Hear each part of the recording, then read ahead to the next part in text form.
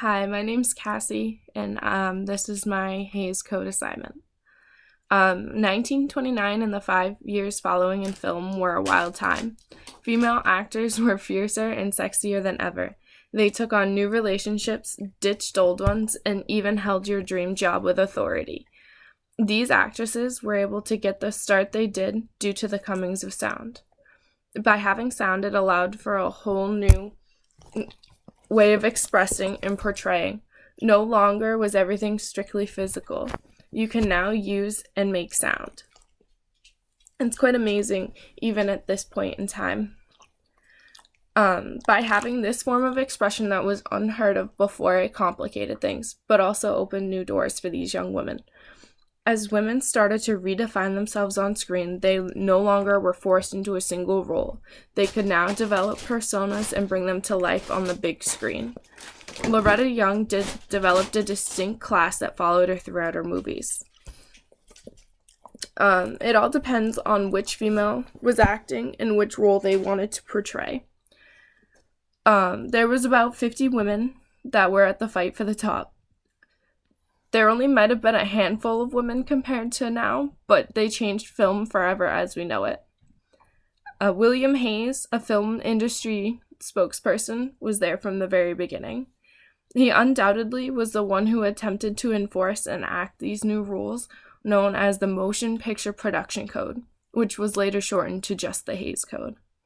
This was a strong attempt at self-censorship, but people blatantly refused. This battle continued for the next 3 or 4 years until finally strictly enforced in 1934. Some of the rules included that crime and immortality cannot be portrayed in a positive light, so there no longer was movies about robbing banks or our current modern-day vampire stories. That would be unacceptable. It forbade murder, so no more murder mysteries or movies like that. No sex. These were just some of the more prominent rules that stuck out to me when I was reading about this. Many movies that are now considered historical importance would not be acceptable.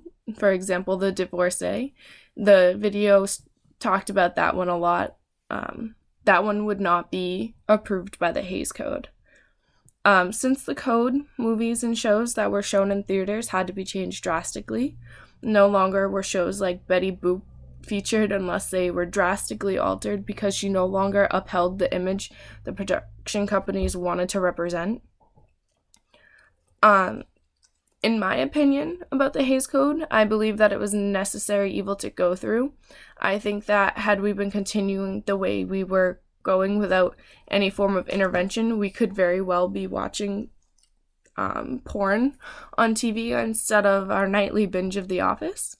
So I feel that the changes that happened did not necessarily need to be so drastic, such as the rules about how to portray the government and such, but that code led us to have the rating systems we have today and give each individual a sense of what kids should be watching and what you were about to watch.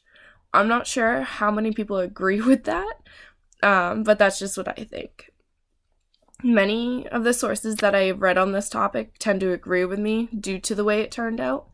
Had we stayed in a complete censorship, I think people would have a little bit more anger about the subject and be fighting for more change as to get rid of it. But so far, I think that it's helped our media. That's all I have. So thank you.